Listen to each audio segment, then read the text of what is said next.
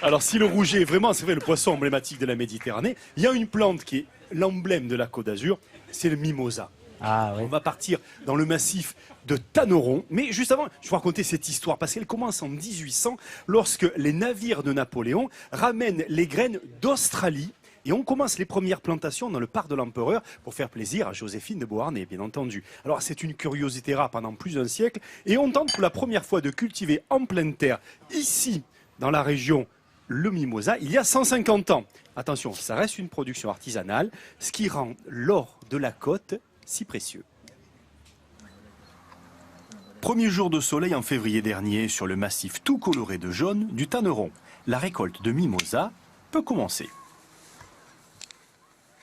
Nous sommes en train d'attaquer le Gaulois qui lui arrive à son terme et qui, comme vous le voyez, est magnifique. Plante invasive à l'état sauvage, il est aussi cultivé par les mimosistes. Bernard Vial exploite 6 hectares de mimosa, des arbres plantés par son grand-père.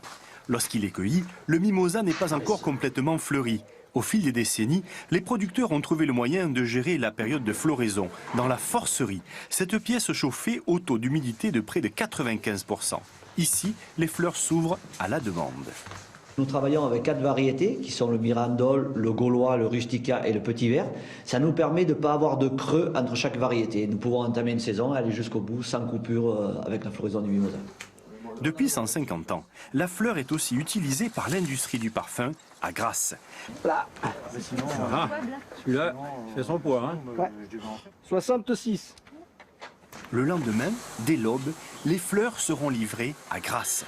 Les entreprises qui traitent encore le mimosa sauvage se comptent sur les doigts de la main. Ici, pendant la saison, entre 50 et 100 tonnes passeront 2 heures dans ces cuves au contact d'un solvant qui en extraira le parfum. 1 kilo de fleurs de mimosa donnera 10 grammes de concrète. Cette pâte figée et odorante, passée à l'alcool pour la débarrasser de ses cires, il y reste alors 2 grammes d'absolu. C'est ce produit qu'utilisent les parfumeurs. C'est vraiment un bouquet complexe en soi. Donc on a une partie tout à fait mielée, poudrée qui est en fond et puis une note un petit peu plus verte qui va ressortir en cœur et on va le sentir dans un parfum dès la tête. Sur les 35 créations de ce parfumeur, seuls 3 ou 4 renferment du mimosa, senteur d'une époque lointaine. Certains créateurs croient pourtant au retour du mimosa, classique et élégant.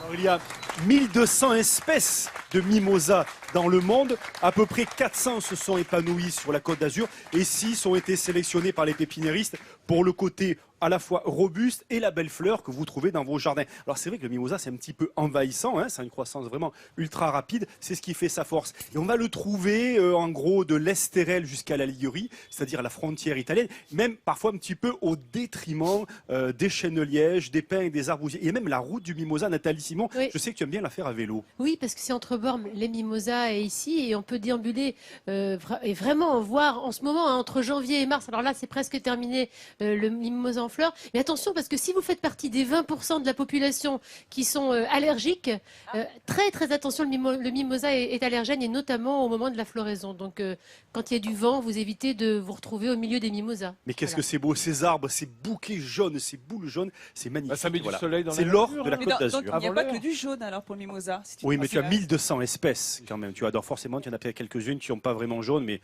un peu plus d'autres couleurs. Oui, d'ailleurs, je tiens à dire que je me suis fait largement chambrer par mes camarades Oui, aujourd'hui parce que j'ai mon tablier rose. Oui. Hein, mais c'est pour rendre hommage à Grasse qui nous accueille, parce que c'est ici la ville des roses, hein, tout de même. Tout à fait. Voilà, donc il y a des grandes à travers manifestations. ce tablier, je porte toutes les roses de Grasse.